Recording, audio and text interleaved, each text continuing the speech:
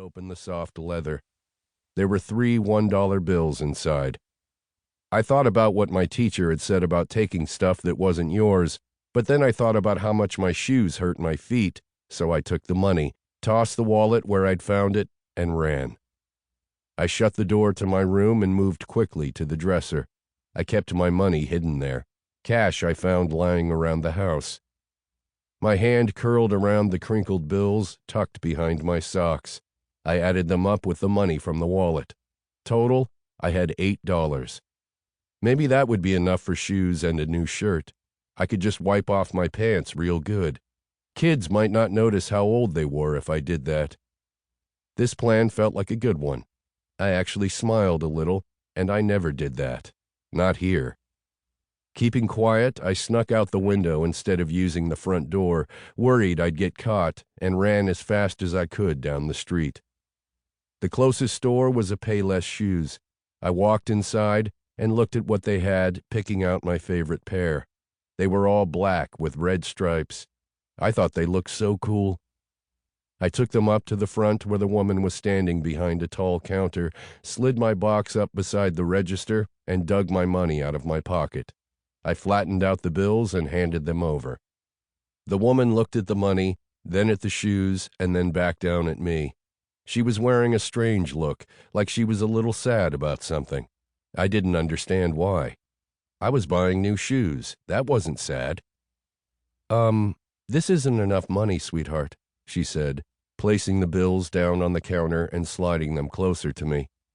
I looked at the money and then back up at her. "What? These shoes cost $15. You only have 8. I frowned. "But I don't have any more money," I said. She was frowning now, too. "I'm sorry. You'll just have to wait until you have enough." The phone behind her started ringing. She turned away to answer it. I looked at the money again and at the shoes I wanted. No, not wanted. Needed. I needed those shoes. My feet hurt so bad from that run. Again, I thought about what my teacher always said. Stealing was bad, but she was talking about people who took stuff when they had other choices. And I didn't have other choices. My toes were bleeding now through my socks. I could feel it. I wiped harshly at my face when I felt tears, and then, making sure no one was watching me, I did it. I grabbed my money and the box of shoes, and I ran until I couldn't anymore because it hurt too bad. Hiding behind a car, I pulled off my old shoes and put on my new ones. They fit so good. They didn't hurt me at all. I thought I'd feel bad for taking them, but I didn't. I needed these shoes. The run home felt so much better. Mom never noticed me, so I never got into trouble. But I would get into trouble eventually. My teacher said stealing was wrong, but sometimes people needed to do things that were wrong because they didn't have another choice. I was nothing to nobody. I never had another choice. Chapter 1. Shayla. I wanted to tell her no. I wanted to lie to Gladys or Dorothy, whatever this sweet old lady's name was seated in my section, and say we were fresh out of ranch dressing, and the little cup of it that came with her large garden salad was the last drop.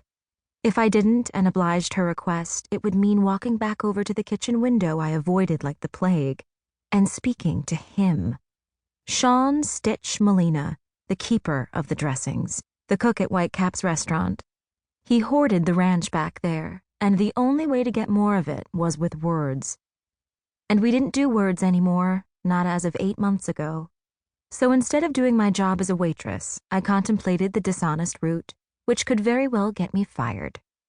Was I willing to roll those dice? Maybe. It might be worth a shot. My boss, Nate, could overlook my wrongdoing. He was understanding enough. "We're fresh out of ranch," I could tell the lady.